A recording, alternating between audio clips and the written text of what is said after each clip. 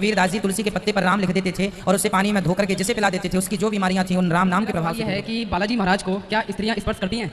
आप सभी चैनल को सब्सक्राइब कर लीजिएगा। जो भी यूट्यूब पर देख रहे हैं चैनल को सब्सक्राइब कर लीजिए और शेयर कीजिएगा।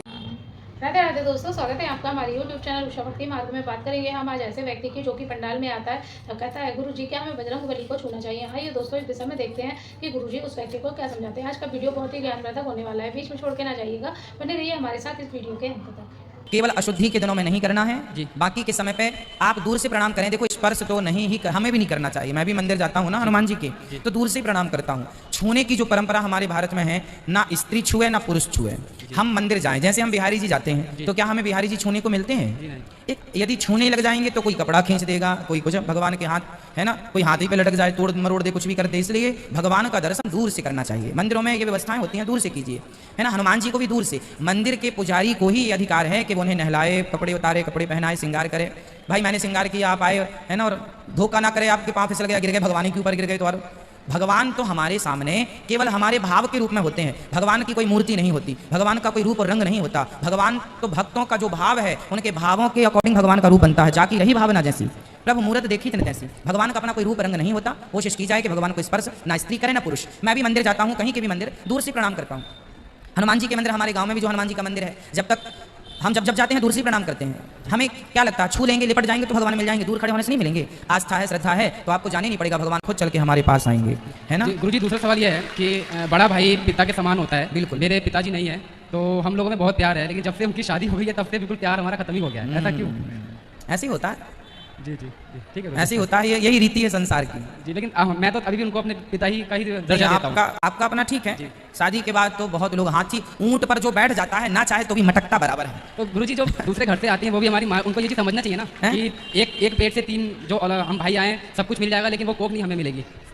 देखो हर स्त्री समझदार नहीं होती, और जो होती हैं वो अपने घर को स्वर्ग बना लेती हैं, और जो मूर्ख किस्म की होती हैं वो घर को नरक बना देती हैं। तो यही है, स्त्री चाहे तो कोई घर ही ना छूटे और ना टूटे ना रूठे, है ना। स्त्री चाह ले तो किसी के घर में कोई झगड़ा ही ना हो। पुरुषों के हिसाब से पुरुष लोग झगड़ा कम करते हैं। झगड़ा मतलब भाई भाई का झगड़ा, सास मतलब माँ बेटे का झगड़ा, ये माँ बेटे का कोई झगड़ा ही नहीं होता, कभी नहीं होता।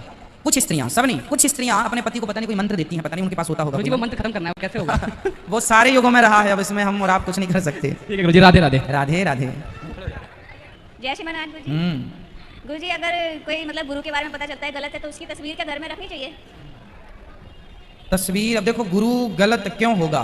जो गलत होगा वो गुरु ही नहीं होगा। वही तो, जब सब पता है उसके बावजूद भी अगर उसको मानना तो बेवकूफ़ी होगी ना। ये तो बिल्कुल बेवकूफ़ी है। विद्याहीनम त्यजेत गुरु, जो गुरु विद्याहीन है, चरित्रहीन है, ऐसे गुरु का परित्याग कर देना चाहिए, ऐसा शास्त्र कहते हैं। भाई ये बताइए कि आपके हाथ में रोग हो जाए तो डॉक्टर बोलता है कि इसको काट देने से आपका हाथ बच जाएगा, बाकी शरीर वनी पॉइजन पूरे शरीर में फैल जाएगा, तो आप क्या करते हैं? हाथ कटवाते हैं। एक हाथ के कटवाने से संपूर्ण शरीर बचता है, तो एक हाथ कटवाना ही समझदारी है। उसी प्रकार जो रास्ता भटक गए हैं ऐसे लोगों का त्याग कर देना ही समझदारी है। अब जानते हो कि रास्ता भटके हुए हैं, खुद रास्ता भटके हैं, वो आपको हमें क्या रास्ता दिखाएंगे? इसलिए ऐसे लोगों का त्याग कर देने में ही भलाई है। अंत जी कहते हैं कि मतलब जो अभी कुछ गुरु जी थे वो आए 40 दिन के लिए आए, और मैंने अपनी सास से हमेशा बहुत मानते हैं उन्हें। मैं कथा पहले वो आपकी वही सुनते थे, मैंने देखा एक दिन, मैंने कहा किसको सुन रहे हैं आखिर ये। तो मैं 12 साल हो गए मेरी शादी पर, मैंने कहा अब तक तो ये इस बाबा को मानते थे, ऐसा कौन सा बाबा इन्होंने देख लिया। जब आपको देखा मतलब हमारे टाइप के कोई मतलब सनातन धर्म से वो मानते नहीं ना, सनातन धर्म को कोई भी त्योहार पूजा पाठ कुछ नहीं करते। क्यों नहीं मानते? धन धन सदगुरु तो सुना ही होगा आपने जी, उसको मानते हो। तो कोई त्योहार नहीं मानते? नहीं। अरे राम राम।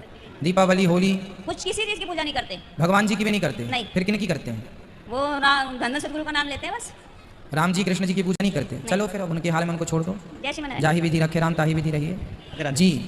महाराज जी, हमारे गांव में ना वो महिलाएं हैं ना, वो साप्ताहिक एक कार्यक्रम होता है यीशु मसीह का, तो उसमें जाती हैं। मेरे मना करने के बावजूद भी जाती हैं। अब मैं समझाता हूँ कि अरे वो लोग धीरे धीरे ना अपना सनातन धर्म से रुख मोड़ देते हैं, और फिर वो लोग। तो वो आपके गाँव में कार्यक्रम करने क्यों आते हैं?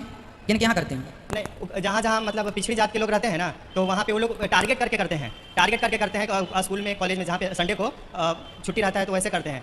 और यहाँ तक कि वो लोग को छठ है ये सब और अपने देवी देवता को पूजा करने के लिए मना कर देते हैं, छुड़वा देते हैं। तो आप लोग वहाँ उपस्थित रहा करो ना, और आप लोग थोड़ा उनकी उपस्थिति रह के थोड़ा बोल दिया करो उन लोगों से पहले बातों से। जो आपके गांव में, आपकी गली में, आपके मोहल्ले में जो ऐसे लोग आते हैं जो धर्म परिवर्तन कराने आते हैं, पहले तो उनको बातों से समझाओ। ना माने तो कंप्लेंट करो, पुलिस कंप्लेंट। फिर भी ना माने तो फिर लाते हैं अपने पास, बातों के बाद लाते हैं। नहीं माने तो फिर यही ऑप्शन है, वरना सारा सनातन धर्म हिंदू, जो गरीब तबके का आदमी है, जो पिछड़ी जाति का आदमी है, जो जंगल में रहने वाले आदिवासी हमारे भाई हैं, उन लोगों को ये धर्म परिवर्तन करा लेते हैं। हम चाहते हैं गुरुजी कि जैसे आपका संगठन माइक्रो लेवल पर ग्रामीण इलाकों तक हमारा पहुंचे। संगठन आप ही है, आप हमसे अलग नहीं है। भारत का प्रत्येक वो आदमी जो अनिरुद्ध को जानता है वो हमारा ही है, हमारा ही संगठन है आप। तो आप अपनी एक टीम तैयार करो और पहले पुलिस कंप्लेंट कराओ, इनके खिलाफ नहीं माने कोई ऑब्जेक्शन ना लिया जाए तो फिर आप लोग अपने लाते तैयार रखो। जी गुरुजी, और एक छोटा सा और प्रश्न गुरुजी की हमारे सनातन धर्म की तरफ कोई आंख उठाकर देखे तो अब देखो कब तक आप लोग बर्दाश्त करेंगे। आज हिंदुस्तान में करोड़ों हिंदू ऐसे हैं, लाखों नहीं बोल रहा हूँ, करोड़ों जो धर्म परिवर्तन कर चुके हैं, हिंदू के ईसाई बन चुके हैं। ये ईसाई लोग क्या करते हैं, हिंदुओं को, जो भोली भाली जनता गाँव के आदिवासी होते हैं, उनको क्या करते हैं, ये पहले मीठी सी गोली देते हैं, बोलते हैं बोलो राम राम खाओ। बुखार चढ़ी है ना किसी को तो मीठी गोली खवा देते हैं, बोले बुखार उतरी, बोले नहीं उतरी। फिर वो अपना पैरासीटामॉल देते हैं और बोलते हैं यीशु का नाम जो भी लेवाते हैं दिवा के पैरासीटामॉल खवा देते हैं, तो बुखार को तो उतर नहीं है पैरासीटामॉल, बोले देखो तुम्हारे भगवान में कोई ताकत नहीं थी, हमारे भगवान में ताकत है। ऐसे गरीब भोली भाली जनता को ऐसे बरगलाते हैं और ऐसे बरगला करके करोड़ों हिंदुओं का धर्म परिवर्तन करा चुके हैं ये लोग। और आप और हम चुपचाप बैठे तमाशा देख रहे हैं, सरकार करेगी। अरे सरकार क्या क्या करेगी, कुछ हम भी कर लें, कुछ तुम भी कर लो, जाग जाओ। महाराणा प्रताप भी सोचते नहीं जी सरकार सब करे, हम तो नहीं करेंगे कुछ। पृथ्वीराज चौहान भी सोचते सब सरकार करे, हम कुछ नहीं करेंगे। झांसी की रानी भी सोच लेती सब सरकार करे, हम कुछ नहीं करेंगे। तब तो हो गया था काम।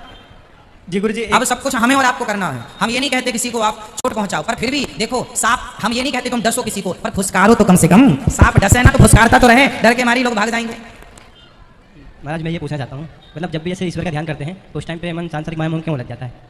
इसलिए उलझ जाता है क्योंकि सांसारिक काम हम ज़्यादा करते हैं, संसार में ज़्यादा रहते हैं। भगवान में 24 घंटे में 2-5 मिनट के लिए आंखें बंद करते हैं जी। तो अब ये बताइए कि पानी है 100 लीटर और दूध है 1 लीटर, तो 100 लीटर पानी में आप 1 लीटर दूध डालेंगे तो पूरा पानी सफ़ेद भी नहीं होगा, क्योंकि वहाँ पे पानी की मात्रा ज़्यादा है। यदि 1 लीटर पानी था और 1 लीटर दूध है तो भी मिक्स हो जाएगा भाई, रंग तो दिखेगा, पतला गाढ़ा अलग विषय हो जाएगा। जहाँ अधिकता है संसार की, कम है भक्ति, तो वहाँ संसार ही ना ज़्यादा रहेगा। इसलिए संसार की अधिकता को कम कीजिए और भक्ति की अधिकता को ज़्यादा कीजिए। अपने आप ध्यान लगाने में भगवान ही दिखेंगे, जब अधिक जो होती है वही दिखता है। आप जीवन में ये चीज़ें प्रैक्टिकली चीज़ें हैं ना भाई, जिसकी अधिकता होगी उसी का बोलबाला होगा, जिसकी लाठी उसकी भैंस, सिंपल भाषा। अभी आपके जीवन में संसार ज़्यादा है तो संसार ही कहता नहीं जी मैं ही रहूँगा। अब जरा संसार को खदेड़ो आप, चल बाहर, और धीरे धीरे मन में भगवान को बसाओ, तब जाकर के फिर भगवान की भक्ति ज़्यादा होगी, ज्ञान ज़्यादा होगा, तब जाकर के फिर संसारिक मोह माया फिर छूटता है, तभी छूटता है, वरना कहाँ छूट रहा है लोगों को। जी महाराज जी मेरा सवाल है कि समीक जी के पुत्र ऋषि श्रृंगी ने जो परीक्षित जी को श्राप दिया था, वो ऋषि और जो अयोध्या दशरथ जी को पुत्र स्तुति यज्ञ करवाए थे वो श्रृंगी ऋषि अलग अलग अलग हैं, दोनों अलग अलग हैं, दोनों अलग अलग हैं सर। और मेरा एक सवाल यह है कि हमारे बुजुर्ग लोग कहते हैं कि जो स्नान श्रृंगी ऋषि आश्रम पे करने से हमें पुण्य मिलता है, वही पुण्य हमें अयोध्या धाम में भी स्नान करने से मिलता है। हाँ हाँ, हर तीर्थ की अपनी महिमा है, इसको तुलना नहीं है करना। देखो अब आप वृंदावन आए हैं, अब कोई कहे जी वृंदावन से ज़्यादा महिमा अयोध्या की है, कोई कहे नहीं जी अयोध्या से ज़्यादा महिमा वृंदावन की है। ऐसा नहीं कहना चाहिए, अयोध्या की महिमा भी है और वृंदावन की महिमा भी है। हमारे यहाँ जितनी महिमा द्वारिकाधीश जी की है उतनी महिमा जगन्नाथ जी की है। छोटा बड़ा कम ज़्यादा मानना अपराध होता है, इसलिए वहाँ की भी महिमा है। अब बक्सर में तो राम जी गए, बक्सर में राम जी गए और वहाँ विश्वामित्र जी का यज्ञ पूरा कराया, वो वहाँ राम जी ने चरण रखे तो वो भी तीर्थ बन गया है ना। तो शबरीमाला आप जाइए छत्तीसगढ़ है ना, वहाँ भी राम जी के चरण पड़े, वो तीर्थ बन गया। तो भगवान राम ने चित्रकूट में ठहराव किया, ठहरे, वो भी तीर्थ हो गया। जहाँ जहाँ भगवान के चरण पड़ते गए, जहाँ जहाँ ऋषियों के, भगवान और भक्तों के जहाँ जहाँ चरण पड़े, वो दोनों ही तीर्थ बनते चले गए। इसलिए कोई छोटा कोई बड़ा तीर्थ नहीं होता, तीर्थ तीर्थ। हमारे जीवन में कथा सुन के बहुत बदलाव हुआ है। क्या? गुरुजी हमारे घर में बहुत झगड़ा होती थी और शांति नहीं मिलती थी। गुरुजी जब से कथा सुनी तब से हमने बहुत अच्छा हमें लगता है, और हमने मांस मछली भी खाते थे, छोड़ दिए। अच्छा। ये मेरा बेटा है, ये भी छोड़ दिया। वाह। और हम भगवान की भक्ति करने लगे।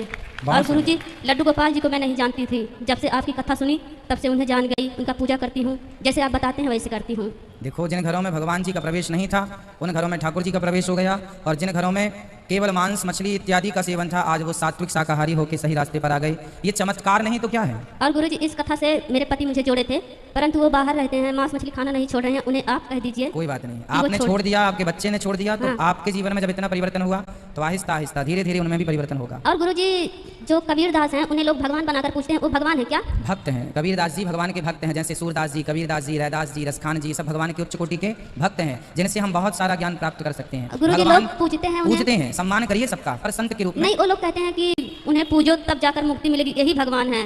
पर अब देखो कबीरदास जी तो खुद कह रहे हैं कि हाँ। कबीरा सब जग निर्धना धनवंता नहीं कोई धनवंता सोई जानिए जिखे राम नाम धन होए। तो कबीरदास जी तो खुद कहते हैं कि राम नाम जपो। अब फिर भी वो अब लोग कोई कह- कबीर जी को ही भगवान मान के पूजे तो वो खुद कहते हैं कि मैं उनका दास हूँ। वो लोग कहते हैं कि इनको पूजोगे तो ऐसा मुक्ति है, मिलेगी। सुनो, जैसे लंका के लोग रावण को ही कहते थे कि यही भगवान है, ऐसे ही आज भी कुछ लोग किसी को भी भगवान मान के कुछ भी कहने लग जाएं तो भाई मान लेना भगवान को। भगवान केवल भगवान एक ही है। एक हमारे सनातन धर्म में भगवान 2 4 6 नहीं है। हमारे यहाँ भगवान कितने हैं? एक एक, ईश्वर श्रीमन एक है। श्रीमन नारायण कहो, राम कहो, कृष्ण कहो, ब्रह्मा कहो, विष्णु कहो, शिव कहो, सबका मतलब एक ही है। कबीरदास जी भगवान के उच्च कोटि के भक्त हैं। हम भी इनके दोहे गाते हैं, हम भी इनकी कथा सुनाते हैं। श्री कबीरदास जी महाराज रामानंदाचार्य जी के शिष्य हैं और इन्होंने राम मंत्र लिया है, राम मंत्र की दीक्षा ली है। खुद राम नाम जपते हैं, औरों को भी जपाते हैं। कबीरदास जी के बारे में मिलता है कि कबीरदास जी तुलसी के पत्ते पर राम लिख देते थे। देखा दोस्तों, आज का वीडियो आपने पूरा देखा और सुना। जैसे कि उस व्यक्ति ने कहा कि गुरुजी हम जैसे मंदिर में जाते हैं तो बजरंगबली को क्या छूते या स्पर्श करते हैं, तो गुरुजी ने इस विषय में यही समझाया कि किसी भी भगवान को और हम अपने खास तौर से बजरंगबली को स्पर्श नहीं करना चाहिए। हमें दूर से ही प्रणाम करना चाहिए और चाहे स्त्री हो या पुरुष हो, किसी भी भगवान को टच नहीं करना चाहिए क्योंकि भगवान शुद्ध होते हैं और हम लोग कुछ भी मिनट मिनट पे छूते रहते हैं, हमें याद नहीं रहता। इसलिए हमें भगवान को दूर से ही उनके दर्शन करने चाहिए, दूर से ही उन्हें प्रणाम करना चाहिए। तो दोस्तों, आज की वीडियो से आपको जो ज्ञान प्राप्त हुआ हो आप हमें कमेंट बॉक्स में कमेंट करके बता सकते हैं। और हाँ, अगर अभी तक आपने हमारे चैनल को सब्सक्राइब नहीं किया है तो आप हमारे चैनल को सब्सक्राइब कर लें, हमारी वीडियो को ज़्यादा से ज़्यादा लाइक व शेयर करें, कमेंट बॉक्स में राधे राधे लिखना ना भूलें। मिलेंगे ऐसी ही किसी अन्य वीडियो के साथ, तब तक के लिए राधे राधे।